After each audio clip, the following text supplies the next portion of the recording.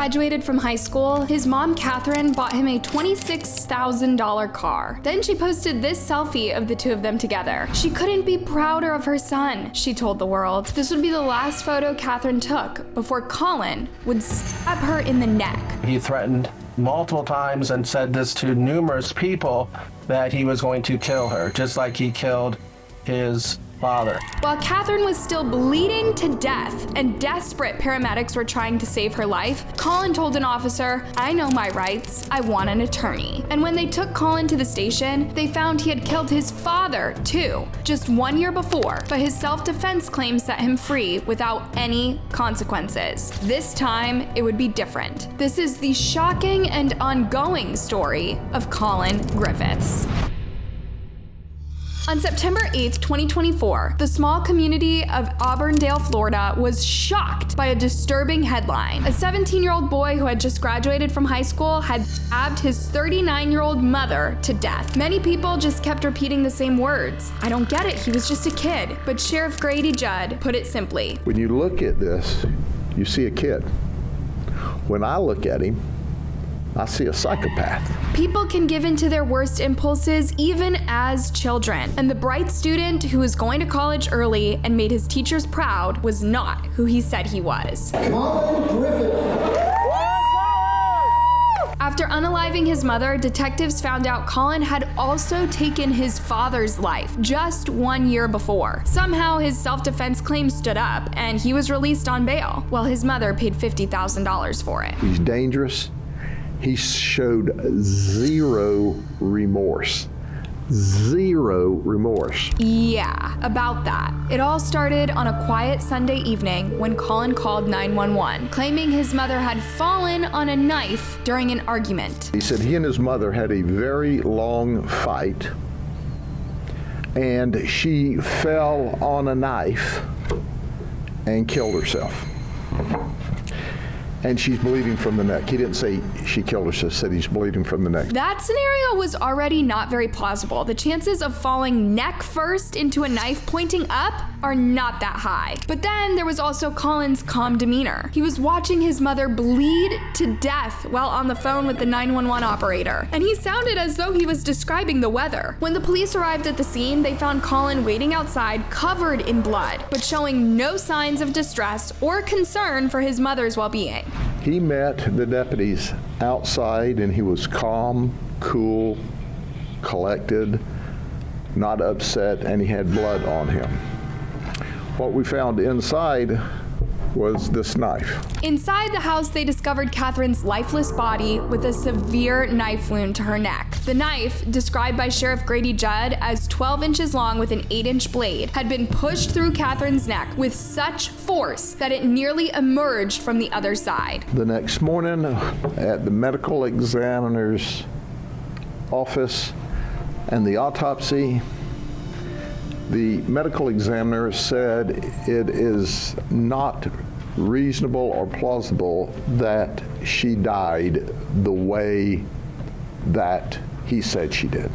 Just didn't happen. The sheriff's office quickly determined that Collin's story did not add up. Witnesses in the neighborhood provided crucial testimony reporting that they had seen Collin dragging his mother into the house by her hair around 4:30 p.m. with Catherine crying out, "Let me go!" This evidence directly contradicted Collin's claim of an accidental fall onto a knife. There were witnesses outside the mobile home that actually saw Collin drag his mother into the house by the hair on her head. Sheesh, to think of the way Catherine lost her life. When questioned by the deputies, Collin's response was chilling. Instead of expressing concern for his mother or showing any sign of distress, he calmly stated, "I know my rights. I want an attorney." This cold, calculated response from a teenager whose mother lay dead inside the house shocked even seasoned law enforcement officers. This explains why Sheriff Judd described him as a psychopath. A few weeks before dying at the hands of her son, Catherine posted this around her 39th birthday. "This last year has been a whirlwind of life events and memories," she wrote last week, a day after her birthday. "I am thankful that no matter what I encounter or experience, I have family, friends, and a community of people who are here to support me. Even on the days days when I have not been the best of me. Thank you to everyone who has helped me see that life is an adventure worth living and fighting for every day. Life lessons are just those, lessons. I've learned some of the hardest lessons in my 30s, but I am vowing that my 39th year will be a year of living life to its fullest. A few days later, she posted the lyrics from Taylor Swift's song, It's Time to Go. That old familiar body ache, the snaps from the same little breaks in your soul. You know when it's time to go. Sometimes giving up is the strong thing. But she also posted this photo of her and Collin. She said she was proud of him. He'd graduated from high school with excellent grades and was going to college soon. It was a post everyone would expect from a proud mom, but only those very close to Catherine knew what she'd gone through with Collin over the last few years. For starters, he had unalived her ex-husband, his dad, on Valentine's Day the previous year. And as detectives looked deeper into his past, they concluded it was nothing short of terrifying. The investigation into Collin Griffith revealed a troubling family history marked by violence and tragedy. Just 1 year earlier, on Valentine's Day 2023, Collin had been involved in another shocking incident, the death of his father, Charles Griffith, in Lincoln County, Oklahoma. In that case, Collin, then 15 years old, claimed self-defense, stating his father had threatened him with a knife. And here's the shocking twist. Last year, on Valentine's Day, Collin Griffith got his dad inside their own home. He claimed his dad attacked him and it was self-defense when he opened fire. There were no witnesses, and prosecutors released him, saying there was a lack of evidence to bring him to trial. Collin told the authorities that he retreated to a room, retrieved a firearm, and shot his father twice, once in the chest and once in the head. He had no choice, he said. His dad was chasing him around the house with a knife. Due to a lack of evidence to disprove Collin's account and the absence of witnesses, the charges were dropped after less than a month of investigation. Lincoln County prosecutor Adam Pantner explained, "We can only make a decision based on the evidence we have at the time.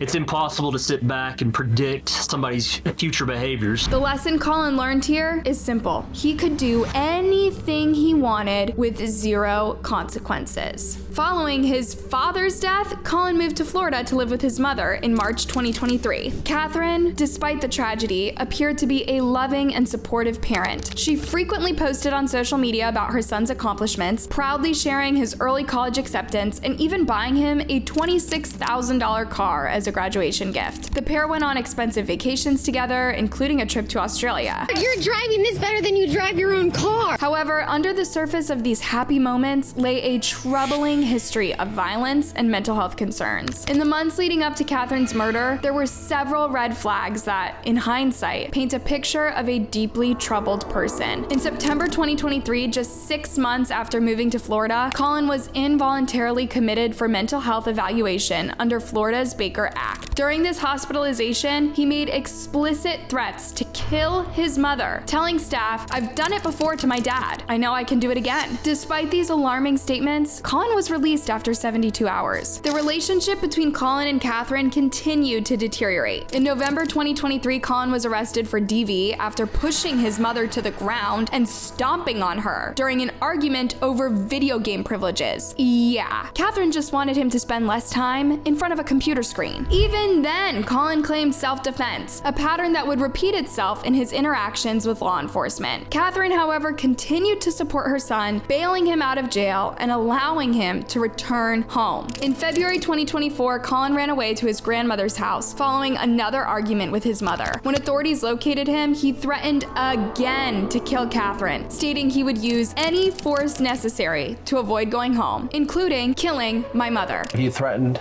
multiple times and said this to numerous people that he was going to kill her, just like he killed his father. Despite these repeated threats and violent outbursts, Catherine continued to stand by her son, even as those around her expressed concerns for her safety. On the day that she died, Catherine told her neighbor, "I'm meeting with his probation officer Monday morning. If he doesn't come home today by 10, he knows the time and the deadline. He's choosing to skip it and hide out at my mom's house in Polk County, which is also a violation." The last text she sent read, "Collin hates me, and I'm tired of this. He won't listen. I'm going to drive to get him, and if he doesn't get in the car far, then Polk County can deal with him. Clearly, their relationship had reached a new low. But Catherine did not lose hope. She was resilient as any loving mother who wanted to see her boy become a sane, healthy adult. Sadly, she chose to seek the good in a person who was beyond salvation. The legal proceedings following Catherine's murder moved swiftly. Collin was charged with first-degree murder, kidnapping, and violation of a no-contact order. Given the severity of his crime and his prior history, prosecutors announced their intention to try Collin as an adult, a decision that could result in a life sentence if convicted. The case also prompted authorities in Oklahoma to re-examine the circumstances surrounding Charles Griffith's death, potentially leading to additional charges. There was another word that kept coming back: psychopath. When you look at this, you see a kid. When I look at him, I see a psychopath. Dr. Todd Grande explained what this means in professional terms. First off, psychopathy is divided into Factor 1 and Factor 2 psychopathy. Factor 1 psychopathy is characterized by manipulative behavior, pathological lying, fearless dominance, grandiosity, superficial charm, lack of remorse, guilt, and empathy. Factor 2 psychopathy, on the other hand, is associated with impulsivity, irresponsibility, neuroticism, emotional reactivity, sensation-seeking, and a lack of long-term goals. Both factors are linked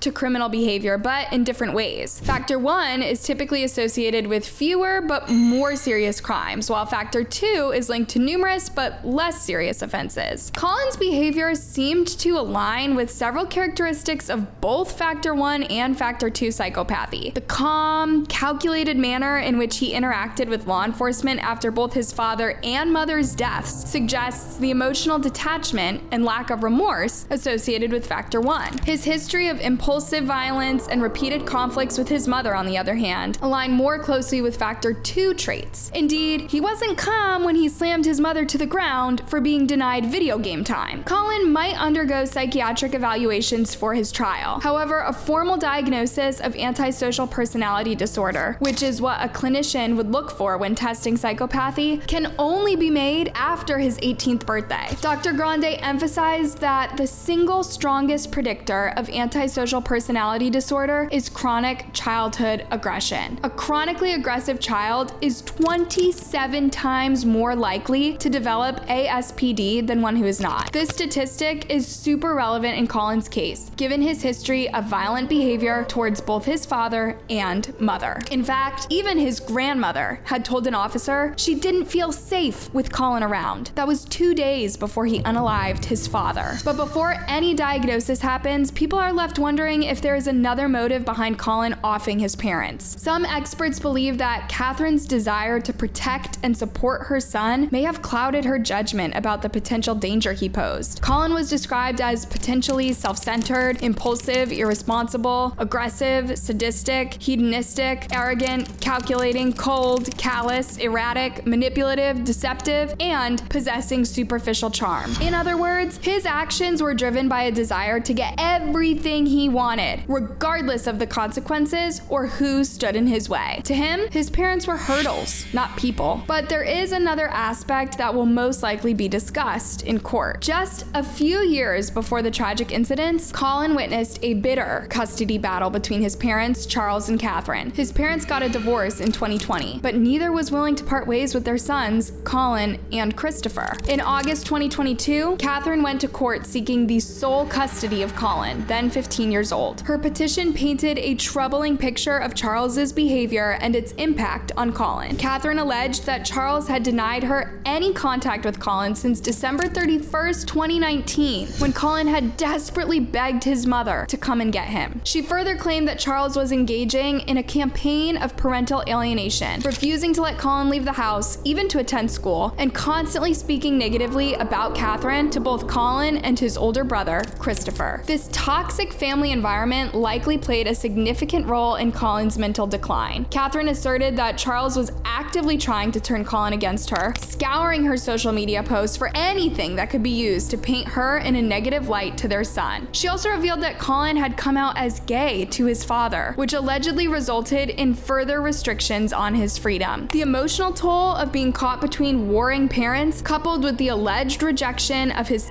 identity by his father could have contributed to Collin's deteriorating mental state. Catherine expressed concern that Collin had already suffered irreparable emotional harm due to his father's actions and was in dire need of mental health counseling. Catherine herself was also seeing a therapist and claimed that she had suffered from PTSD as a result of Charles's stalking, threats, and parental alienation tactics. This tumultuous family background gives an important context for understanding the psychological pressures Collin was under. Still, it does not excuse or even explain his actions. Many teenagers witness their parents' divorce or even more traumatic events, such as or the death of a parent. However, very few of them resort to violence or murder. State Attorney Brian Haas explains that with such a case, you can only charge the killer as an adult, even though he was not 18 at the time of the crime. Charging a minor as an adult is not a decision I take lightly, but as state attorney, it is my responsibility to do so when warranted. Haas also explained that now Charles's murder will not be overlooked. There have been many questions regarding an incident from Oklahoma last year where Collin Griffith killed his father. While I have been informed the charges were not brought in that case, Polk County law enforcement continues to work with authorities in Oklahoma to be sure they are provided with all relevant information and evidence that will allow them to continue to evaluate their case as they deem necessary. Collin Griffith's story is a wake-up call for all of us. It shows how important it is to take mental health seriously, especially as teenagers. Collin's mom, Catherine, loved him so much that she stood by him even when he was violent. But sometimes love isn't enough to fix serious problems. Collin showed all the red flags that a teen can show, from being involved in his dad's death to threatening his mom multiple times. If someone had spoken up, things might have turned out differently. It's a tough reminder that if we see something worrying in someone we know, we should speak up. And it is not enough to look at someone's social media to get an idea about their lives. Catherine's posts make it look like everything was great between her and Collin, but behind the scenes they were dealing with huge issues. It's a reminder that people's lives aren't always as perfect as they seem online. The Griffith case shows us how crucial it is to get professional help for mental health problems. Both Collin and his mom might have benefited from more support. It also highlights how complex family relationships can be. Catherine's love for Collin might have accidentally enabled his dangerous behavior. Collin took 2 innocent lives and lost his greatest supporters in the process. His anger towards them could have been dealt with differently. Despite all the disturbing allegations against Charles, he did not deserve this in the end. No one does. And Catherine's attempts to get Collin's life back on track were repaid in the worst way imaginable. What the neighbors saw that day is simply heartbreaking. It is a tragedy and a reminder of how fragile life is. So the next time you see your family, hug them a little tighter. A little love and gratitude is the only way we can honor Catherine and Charles's lives now. Thanks for tuning in, you guys. Leave a thoughtful comment about this case and don't forget to like and subscribe before you go. See you soon and stay safe.